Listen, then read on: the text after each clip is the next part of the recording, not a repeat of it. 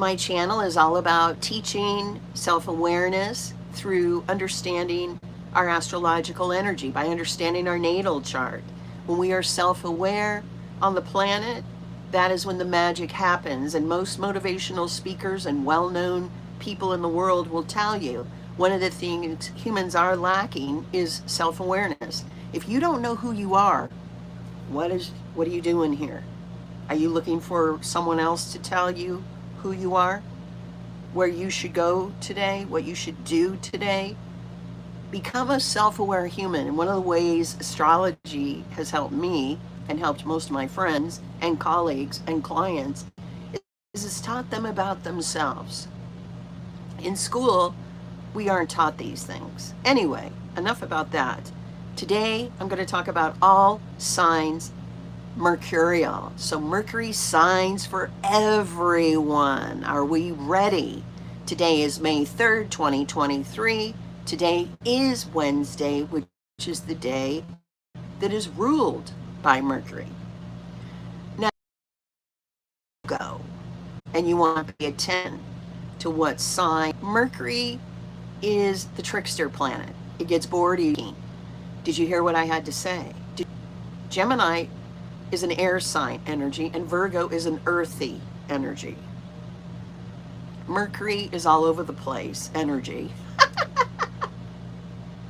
because it gets bored. I grew up with both a father, a Gemini, and a mother, a Gemini. They never sat still. They were constantly on the go. And both of them were exceptional writers, exceptional communicators. My father was an attorney. The way he wrote, his handwriting was so beautiful. My mother had gorgeous handwriting too. It's just weird. And my mom was a nurse, and she was such a good speaker. She communicated very well. She was very honest and a straight shooter with her communications. And that's one of the things I really appreciated about my mom, is that really there was no bullshit. Even though the words could sting at times, there wasn't a lot of bullshit. And probably she knew my chart, which is I have Mercury in Aries, which is all about get to the point, no bullshit, tell it like it is. And so she probably knew with me communicating like that wasn't going to really offend me too much. Now, you guys know I have Neptune in the first, so of course people can be offensive. I'm an empath. Of course people can say things to me and I can feel hurt. But I have a warrior in the way that I communicate, and I can hold my own in big time argumentative debates that have to do with people at very high levels and people in power positions. And I've had to go head to head with people in power positions. And yes, in many of those situations, I came out the winner. And so Mercury and Aries people would be great attorneys. My father always wanted me to go to law school. At one time I wanted to. I have Mercury in the house of Libra too. So that also would bode well for being a lawyer, because fairness, Mercury in the house of Libra, for me also means I have to have fairness in my communications. I don't want one-sided communications where you're always the one talking and I'm always the one listening. Nor do I want it where I'm always the one talking and you're always the one listening. I like fairness. Me and you, I want to sit down with you and talk to you and get to know you. It is what it is. So understand your Mercury by sign and house and get acquainted with how you communicate. And you're probably going, well, Jill, I already know how I communicate. Well, if you already know how to communicate, then you don't need to watch this. We can always improve. We can always become more self-aware about what our chart is trying to teach us. Okay. Now, one thing I want to say before I go into Mercury by the signs and houses, California, born and raised in California, the writers are on strike because they want to be paid more money. And Mercury, the planet of communications, is retrograde in the sign of money. So I'm not surprised the writers in Hollywood are on strike around money, because writers are all about are mercurial, and it's all about communications, and Taurus is all about money. So I'm wondering, by the time Mercury goes retrograde, are these writers going to have contracts and new agreements made? Who knows? But that's a perfect example of Mercury retrograde in Taurus. I'm going back to negotiate about communications, about writing, and about being paid for writing, paid for my communications, paid for my speaking skills. So now, what does it mean if you were born with Mercury in Aries, or the house of Aries, which is the first house? Well, this is, like I mentioned, communications are quick, they're intelligent, they can be fiery, you can hold your own in a debate, they could be self-focused, they could be hot, they could be passionate, they could be competitive, they can be quick-witted, they can have a sharp tongue. Yeah, you can stick your foot in your mouth and get in trouble. It's true. Mercury in Aries, if you feel really heated up over something that's pissed you off, sometimes the best thing to do is take a break. Trust me, I have Mercury in Aries. Okay, so Mercury in Aries, or Mercury in the first, is about, quick-witted communications, getting to the point, being honest, be a straight shooter, no bullshit. Let's talk about it. Let's do it now. What about Mercury in Taurus, or Mercury in the house of Taurus? Well, this is all about communications in regarding money. I make money through my communications. I make money communicating. I make money as a writer, as a screenwriter, as a listener, as an orator, as an attorney. I make money doing Taurus things, the senses, my voice, my scents, my smells, my jewelry, by the food that I sample, by the food that I taste. Communications in a Taurus kind of way. Money is what Taurus rules. Money through communications. If you have Mercury in Taurus, or the house of Taurus, you could very well make money through your writing and orator skills, entertaining skills, writing skills, listening skills, reading. Well, this is the house Mercury, one of the houses Mercury loves to be in. So, most of you know a lot of my background has been in sales and marketing, right? Because I have a strong Mercury in my chart. Mercury is actually conjunct my descendant. And so this is a sign. When Mercury is in Gemini, you can sell anything to anybody at any time, even if you don't believe in your product. Mercury in Gemini people, or Mercury in the house of Gemini, you can sell stuff to people they don't need, and they'll buy it. You're like the expert salesperson. You know exactly what to say, how to say it, and you're a trickster in a way. You can be a trickster. Now, Mercury in Gemini, this is true, you guys. You're good at it. It can come across as being very dishonest and kind of like a scam. It's true.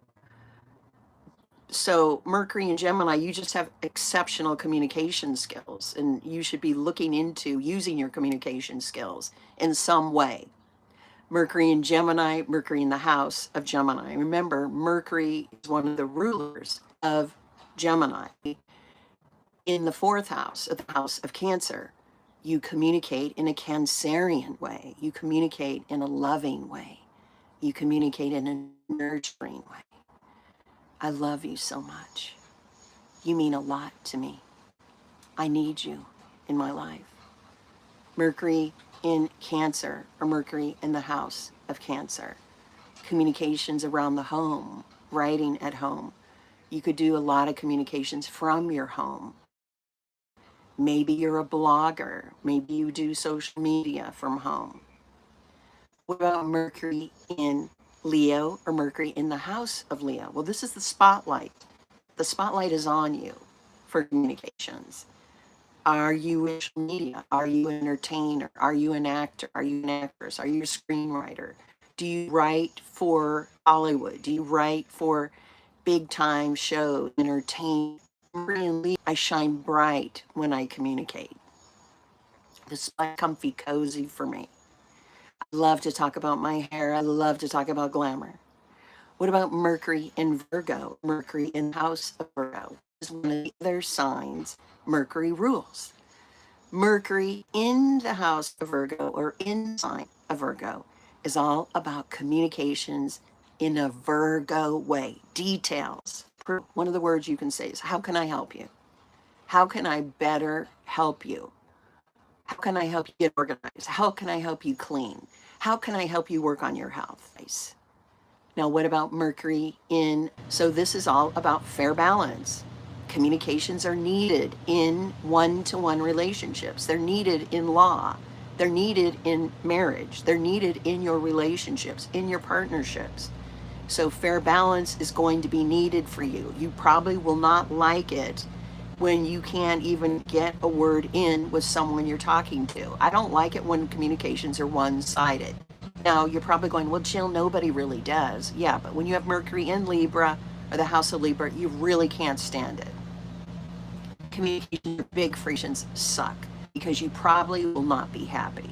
And one thing about communications is, you guys, I think when you become a mature person, you can improve your communications, but you kind of have your communication skill set established by a certain age in Libra, Mercury in the 7th.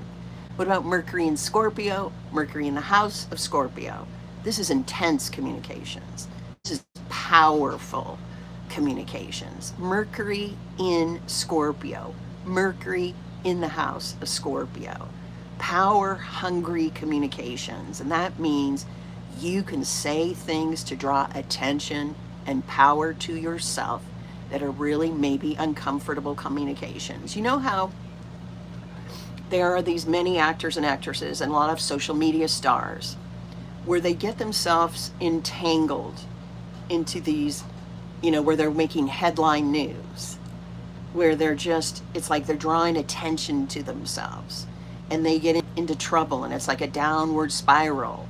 A lot of that is power plays that they are doing. They're communicating to improve their power ranking out there in the world. If you notice, when there's a scandal, a lot of times that bad person in that scandal becomes famous, right? There's so many examples of people that nobody really liked, but now they're super famous. Reality TV stars, anybody who's creating scandals, anybody who's creating a lot of drama, to me, they're creating these power plays in communications, and they can handle it. They can handle it with Mercury in Scorpio. They can handle what anybody has to say. They're thick skin. They're Scorpio. They'll sting back. Communications of a Scorpio nature. Communications can be intense. They can be jealous. They can be obsessive. They can sting. There's power plays in communications. Transformation. I'm kind of getting carried away with that. Oh my God. And so, what about Mercury in Sagittarius or Mercury in the 9th? Well, this is all about higher learning. Gemini opposes Sagittarius. Okay? So these guys know the energy pretty well. Sag is all about reaching for the stars, optimism, inspiration, climbing every ladder and going to get multiple degrees, becoming a lawyer, becoming a JD, becoming a PhD, becoming a medical doctor, traveling the world, being multilingual. This is a generous, it's a royal energy, it's a lucky energy. It rules horses, it rules horse racing, communications, and teaching and writing and speaking of a higher learning nature are big for this. So if you have Mercury in Sag or Mercury in the 9th, being a college professor would be excellent for you. Intelligent communications, multilingual communicator. Maybe you can speak in many languages. Anything Sagittarius is applicable. What about Mercury in the 10th house or Mercury in Capricorn? Communications at the CEO level. You will communicate as much as you need to get to the top. Now, communications can be serious. They can be diplomatic. There can be no bullshit with Mercury in Capricorn because we're dealing with Saturn here. What do you have to say for yourself? Straight to the point. This isn't going to be that warm, fuzzy, I love you so much energy. Mercury in Capricorn, Mercury in the 10th. Communications are big in my career. You could be someone who is all about communications, a broadcaster, a teacher, a writer, a speaker, anybody who uses communications in your career, in your reputation. And you may have to work on them, and you might work on them this lifetime. You're a serious communicator. Some people might ask you to lighten up a little bit. What about Mercury in Aquarius? Mercury in the house of Aquarius, the 11th house. This is a brilliant communicator. This is a scientific communicator. This is someone who communicates in a different way, an exciting way. And they don't just say, hey, what's up? The same old shit. They speak brilliantly. They think outside of the box. They're fun. They're all about humanitarian causes. How can I help the collective? What can I do? You can be communicators around humanitarian causes, the environment. You can be very much about technology and your smartphone and, you know, Silicon Valley. Anything Aquarianistic as applicable. Now, what about Mercury in Pisces or Mercury in the house of Pisces, the 12th house? This is communications. Communications now are a little softer. Communications are a little quieter. There's a lot of secrets. Mercury in Pisces, Mercury in the 12th. This is the house of healers. This is the house of artists and musicians. This is the behind the scenes house. This is the healing house. Communications are softer and maybe more emotional. And maybe, just kind of maybe, that energy would, you know, might get, you might be really a softie when people talk to you. You may find that you get upset easily. When you have Mercury in Pisces, Mercury in the 12th, people may really have to be uber sensitive when they speak to you. It's true. Because this is a soft, sweet, fluid energy. Mercury is in water. Okay? What Mercury conjunct the IEC, or Mercury conjunct the descendant, or Mercury conjunct your midheaven? You got a strong Mercury. Mercury conjunct the ascendant. You are seen as a communicator, writer, teacher, talker, speaker. All things mercurial are big for you. Mercury conjunct the ascendant. Mercury in the home. Mercury conjunct the descendant. You need Mercury in your relationships. You may attract partners that are exceptional communicators. You may attract mercurial partners, Geminis, Virgos, or people that are in those professions. Mercury conjunct the midheaven. You may want a mercurial career. You may need to be seen as a great communicator, okay, in the work that you do. Those things are very important for you. Now, Mercury moves. The transit of Mercury moves approximately every 2 to 3 weeks, but when it's at retrograde, it stays in a sign for a long time. And so right now, as I mentioned, Mercury's in Taurus, but on June 12th, 2023, Mercury goes into Gemini. Then on June 28th, it goes into Cancer. July 12th, it goes into Leo. July 29th, it goes into Virgo. Then it's going to go retrograde. And then on October 6th, it goes into Libra. October 23rd, it goes to Scorpio. November 11th, it goes into Sagittarius. And then it will go into Capricorn. And so know that many of you will have a Mercury return. And so on those days, when you have a Mercury return, your natal Mercury is lining up with the transit of Mercury. So if communications are something that is really big for you and important, you want to keep track of your Mercury returns and use that energy to your advantage. Okay?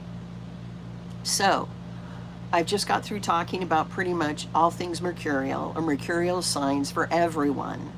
I hope knowing this information helps you become a more self-aware human, a self-loving human, and someone who becomes a better communicator. Learn how you communicate so you can have better communications with your friends, your lovers, your manager, your boss, and vice versa. I'll talk to you all soon. Have a great day, everyone. Bye for now.